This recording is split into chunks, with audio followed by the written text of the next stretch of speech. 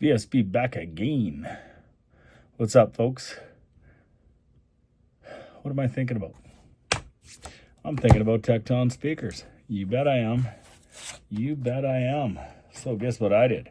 I started checking out some videos on some Tekton speakers. They're made by a man named Eric. I don't know his last name. He does most of his YouTube videos himself, and every once in a while has another person with him. And that's great. But I also came across Audioholics talking about another reviewer potentially getting sued by Tekton speakers or Eric. And that is Aaron from Aaron's Audio. Well, guess what? I went down and I looked at the date on the video. And just keep in mind, I just discovered these speakers. So it's not like I'm an idiot here. I just discovered them. And I was really interested in them because JJ had a really interesting video on them, the Pendragons, and then double impacts, and something else. And then there's people, I joined the Tekton page on Facebook, and try the lures first, or try this first. And this is all before I really started looking into this, and I just come across Audioholics, which is, I can't remember his name. I know he's Italian, and he's got a killer home theater system, and he's freaking brilliant, but I mean, he's probably been doing it his whole life. I do construction. I'm freaking brilliant. Just kidding. But I am, in my field of view anyway, like in what I do. But anyway, so Aaron does this. Well, he's like analytical. Like, he is like so serious about his reviews. Like, he doesn't give you an opinion. Well, he gives you an opinion. He gives you a subjective opinion.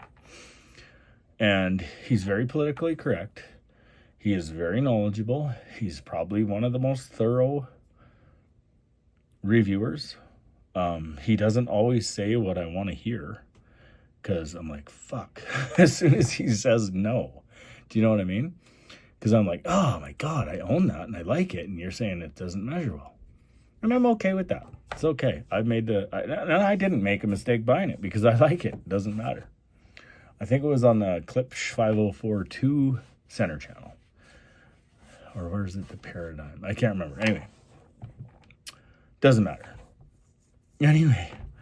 So he reviews these speakers, these Tektons. I don't even know what they're called. They're goofy looking. I mean, most of the Tekton speakers are really cool looking. Like, and never mind. I mean,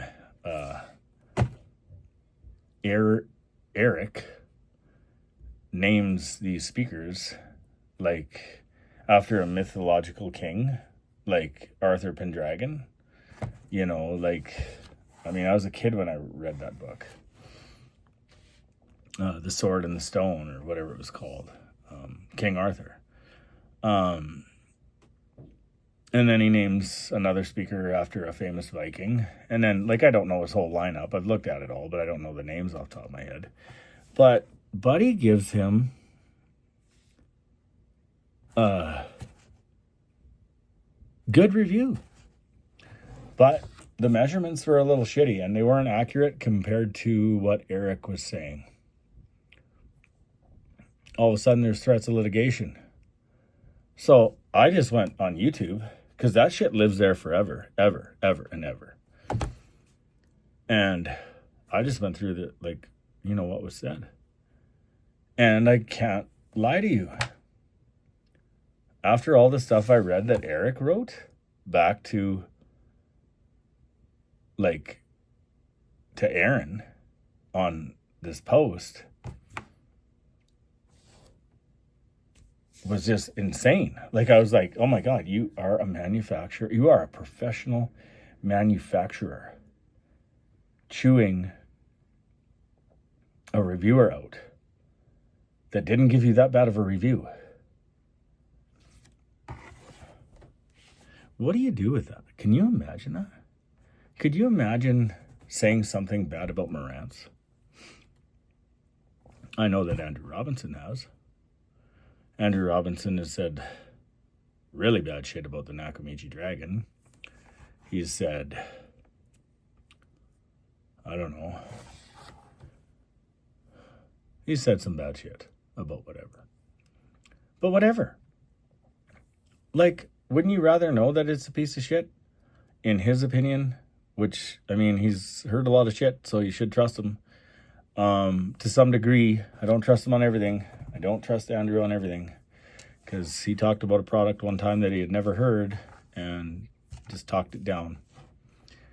And once again, I own a product like he talked down. And that one I didn't appreciate. I was like, ooh, Andrew, I was just your biggest fan, and now I'm not. You know what I mean? And so anyway, whatever. But, like, seriously, audio reviewers, speaker reviewers, and guys like this can get sued. Or threaten litigation. Like, you guys live in the United States of America, don't you? Isn't there, like, freedom of speech? Like, isn't that, like, in your constitution? I'm Canadian, just so you know. Norwegian descent, but Canadian. And I'm Albertan, so that's different than being Canadian, just so we're clear.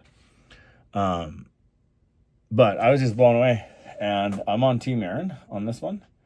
And Tekton is no longer on my list of speakers to procure, because I was going to pull the trigger. I actually have driven down the I-15 so many times that I would have driven all the way to Utah, Provo, and picked these up. I would have, because I've done that before. I used to drive to Vegas all the time. I've driven to Texas. I was in the oil field. We did all kinds of crazy shit when we were younger. Anyway, what the fuck? Is that for real? Like, that's crazy. Why would a guy do that? Anyway, I think that's why I just give you opinions and tell you if something works and if it doesn't. And I don't think I've ever bought anything that was shit, because I kind of know what I'm buying. You know what I mean? Even if it didn't measure well by Aaron's audio, who cares?